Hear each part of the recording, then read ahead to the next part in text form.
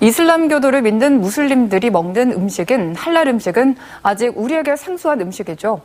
광주의 한 초등학교에 이 할랄 음식을 먹어야 하는 무슬림 아이들이 있는데 한국 식단에 맞춘 급식이 나오다 보니 아이들이 급식 시간마다 밥을 제대로 먹지 못하고 있습니다. 남궁욱 기자가 취재했습니다. 광주의 한 초등학교 점심시간입니다. 아이들이 식판 가득 돼지갈비찜을 받아가지만 몇몇 아이들은 돼지갈비찜 대신 달걀 요리를 받고 있습니다. 이 아이들은 아프가니스탄과 시리아에서 온 무슬림으로 율법에 서용한 할랄 음식을 먹어야 하기 때문입니다. 율법에 따라 돼지고기는 먹을 수 없고 다른 음식들도 율법에 맞게 조리될 때 먹을 수 있습니다.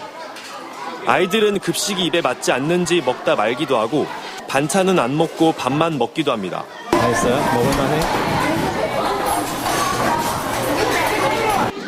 이 학교에 다니는 무슬림 학생은 총 4명입니다. 이들 가운데 일부는 점심을 굶고 하교 후 집에 가서 밥을 먹었고 나머지 학생들은 도시락을 싸오거나 급식 반찬 중 먹을 수 있는 것만 먹고 있습니다.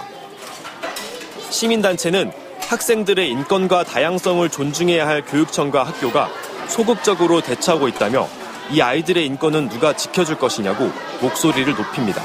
시대적인 요구에 따라서 그런 다양성을 존중하고 그런 문화적인 지원 등을 일시적인 방편이 아니라 장기적인 방편으로 좀 진행이 될 필요가 있다는 것입니다. 학교는 시설과 인력 등 현실적인 어려움 때문에 할랄 음식을 제공하지 못하고 있습니다. 이 아이들을 위해서 특별히 조리하기가 쉽지는 않아요. 인력도 그렇고 예산도 그렇고 이 부분은 학교만의 노력으로는 쉽지 않고. 광주시 교육청은 무슬림 학생 등 다문화 학생들의 다양성을 위한 정책을 펼치기 위해 애쓰고 있다고 이야기했습니다.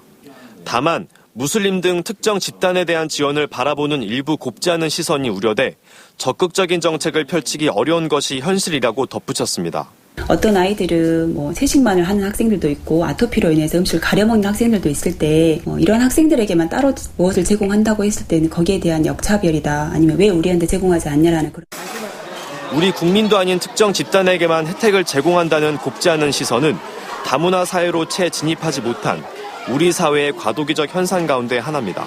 속도에 비해서 다문화 교육이나 함께 사는 공존 교육이나 인권 교육이 사회, 학교 혹은 적절하게 진행되고 있는지를 질문해야 할 때인 것 같습니다.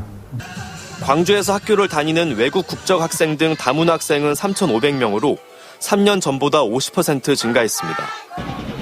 다양한 국가와 문화적 배경을 지닌 사람들이 한국 사회에서 늘어나는 게 현실인 만큼 이제는 이들과 어떻게 어우러져 살아갈지 고민해야 할 시점입니다. MBC 뉴스 남궁욱입니다.